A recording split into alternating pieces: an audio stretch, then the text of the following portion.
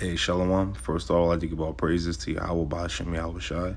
Yahweh, the world inwardly calls God. Yahweh Shai, who the world inwardly calls Jesus. I want to give a double honor to the apostles of Great Millstone House, taught me this truth. I want to give it peace and blessings to the I came across the four corners of the earth who teach this truth. And we're still like to do so. Lord willing, the video is edifying. Lord willing, you brothers get something from this video. Man, what it's going to be about is basically, us enduring in the curses and, the curses basically coming to pass on our people, but shortly, soon and shortly, we're going to overcome. This is 2nd Ezra 10:22. It says, our psaltery is laid on the ground. Now, psaltery is an instrument that plays music, and music represents what? Like, music could bring peace. Music represents like a good time almost. When you go to the club, what's present? Music. We could always identify music with good things, okay? But it says our psaltery is laid on the ground. Our song is put to silence. Our rejoicing is at an end. The light of our candlestick is put out. The ark of our covenant is spoiled. Our holy things are defiled, and the name that is called upon us is almost profaned. Our children are put to shame. Our priests are burnt. Our Levites are gone into captivity. Our virgins are defiled, and our wives ravished. Our righteous men carried away. Our little ones destroyed. Our young men are brought in bondage, and our strong men are become weak. Okay, and what is that telling you? What is that? That whole 22nd verse. What is it explaining? It's explaining the curses, man. It's explaining the things that Israel went through and that we're currently going through. But it's coming to that what we're going through is turning around. It's about to turn around. We always love to think that it's about to turn around. It's turning around. Okay, it's turning around. And how do we know that it's turning around? Because the men, the men are standing up in the last time seeking Yahweh Shai. Okay, but this is all out destruction has happened to us as a people. Okay, and with that, guess what else? We're not just fighting heathen. We're not just fighting, this top heathen, which is Esau. We also fight our own consciousness and our own flesh, and it's all out warfare almost, and it's really finna be all out warfare before this place gets burnt and before kingdom come. This is 23. It says, and which is the greatest of all, the cell of Zion hath now lost her honor, for she is delivered into the hands of them that hate us. And who is them that hate us? Well, I'm gonna get it. I'm gonna show you who hate us. This is Psalms 83, and I started at 3, and I always bring this out. I started at 2. It says, for lo, thy enemies make a tumult, and they that hate thee have lifted up the head. So who hates us? Our enemies. Who's our enemies? Well, let's read. They have taken crafty counsel against thy people and consulted against thy hidden ones. They have said, come and let us cut them off from being a nation, that the name of Israel may be no more remembrance. For they have consulted together with one consent. They are confederate against thee. Okay, and it names them: Edom, Ishmael, Moab, Ammon, Amalek, the Philistines. It names them. Okay. Now also, let me go to this.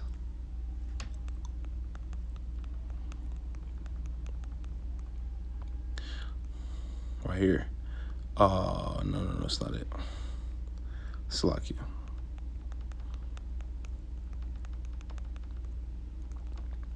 This is it right here. Zechariah 1, and I'll start at 15. It says, and I am very sore displeased with the heathen that are at ease, for I was but a little displeased, and they helped forward the affliction. Okay, so we're surrounded by enemies. They helped forward the affliction. He was a little displeased, but they helped forward the affliction. Okay, and through their confederacy, they've beaten us down, damn near beaten us down. But the Lord, he as promised, he didn't forget about us. He's not going to let us just sit here and get destroyed, man. Okay, this is 16. It says, It says, therefore, thus saith the Lord Yahweh, I am returned to Jerusalem with mercies. My house shall be built in it, said the Lord Yahweh of hosts, and a line shall be stretched forth upon Jerusalem. Cry yet, saying, thus said the Lord Yahweh of hosts, my cities through prosperity shall yet be spread abroad, and the Lord Yahweh shall yet comfort Zion, and shall yet choose Jerusalem. Understand that. So understand that we're going to be woken up we're going to be led out of our captivity. Okay? Understand that they're not going to have us in the captivity forever, man. You know? This is Baruch 2.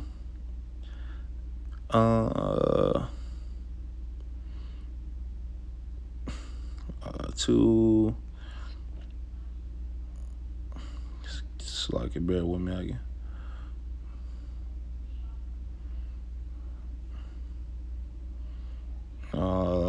2 and 30. It says, for I knew that they would not hear me.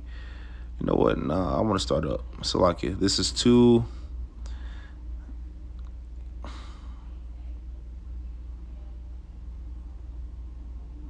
This is 2 and 4. It says, moreover, he had delivered them to be in subjection to all. When you have a people in subjection, you have a people under your rule.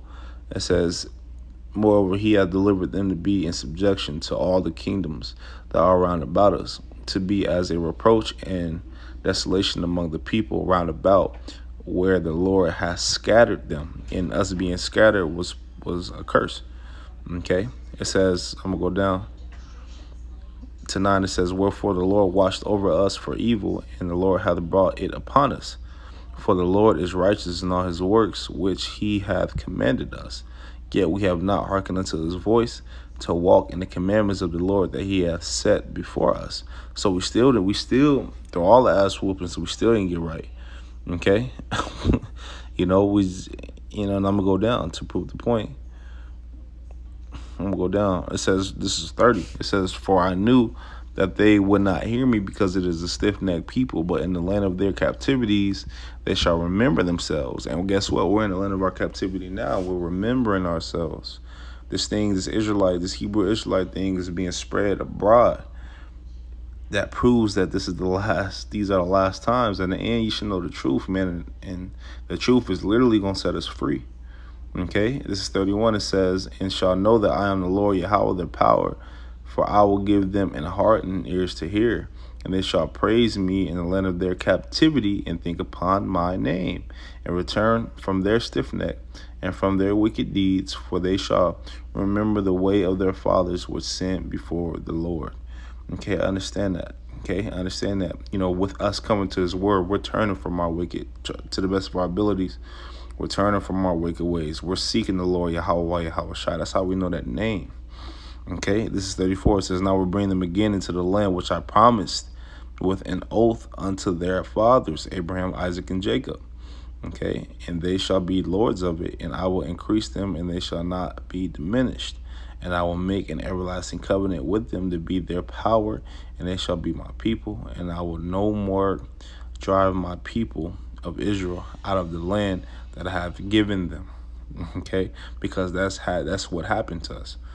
We was driven out the land for our wickedness. Okay, I'm gonna go down to, this is Baruch 4. I'm gonna go down to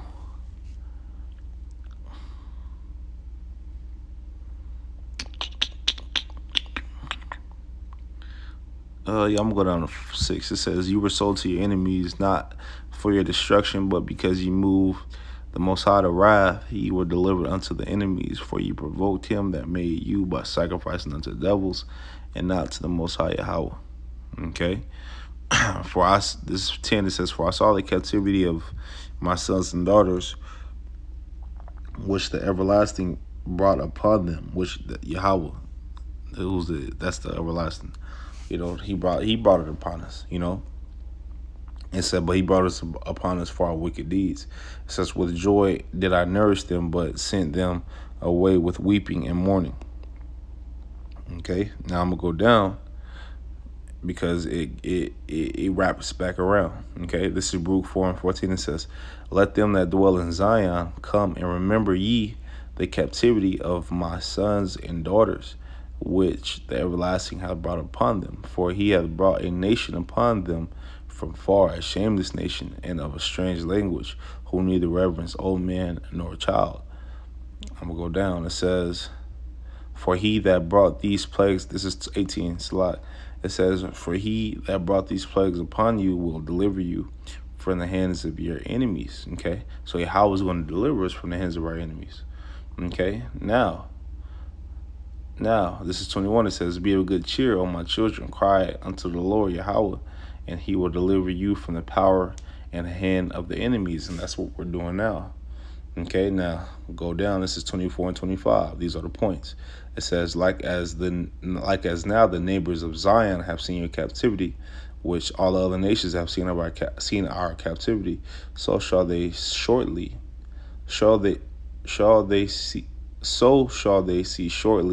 yes, salvation from our Lord Yahweh, which shall come upon you with great glory, brightness of the everlasting. My children, suffer patiently the wrath that is come upon you from the Most High Yahweh. For thy enemy hath persecuted thee, but shortly thou shalt see his destruction, and shalt tread upon his neck. Okay. Okay, and guess what?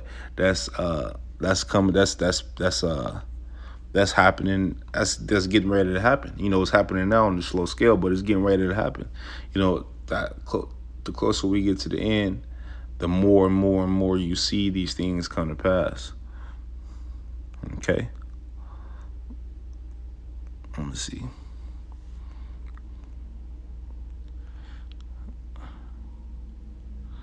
Yeah, this is Lamentations 4. And yeah, you know what? I'll start at 17. It says, as for us, our eyes are yet filled for our own vain hope, and our watching we have watched for a nation that cannot save us. They hunt our steps, that we cannot go in our streets. Our end is near, our days are fulfilled, for our end is come. Our persecutors, they are swifter than the eagles of the heaven. They pursued us upon the mountains. They laid wait for us in the wilderness. And we'll go down to 21. It says, rejoice and be glad, O daughter of Edom. Okay, and we are under the captivity. Shit, the world is under the captivity of Esau right now, you know. This is 21. It says, rejoice and be glad, O daughter of Edom. Who's Edom? The so-called white man. Now, not everybody white is white. You know, not everybody who has, you know, pale skin, you know, come from the line of Esau, you know. Some of them are Jakes, you know. Not everybody who looks like a Moabite is Chinese. Some of them are Jakes. You know, Israel is the sand of the sea. We were scattered abroad. Okay, so we dwell everywhere. Okay, this is 21. It says, rejoice and be glad, O daughter of Edom, that dwellest in the land of Uz. The cup also shall pass through unto thee. Thou shalt be drunken and make thyself naked. So what cup is going to pass through them? Well, I'm going to get it.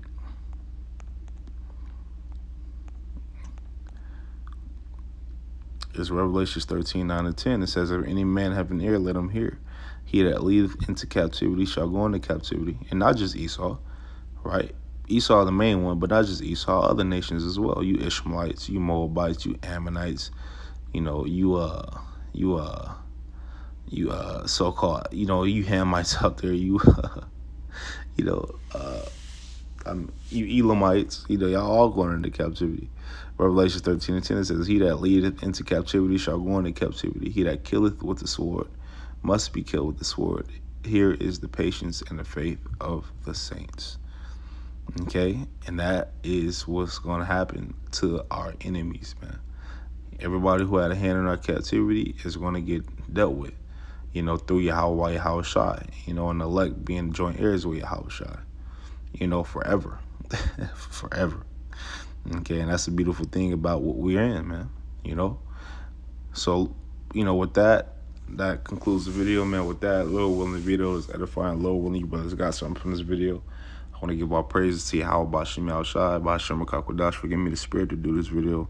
I want to tell you brothers to keep pushing, stay up. I want to say Shalom, Akim, Shalom.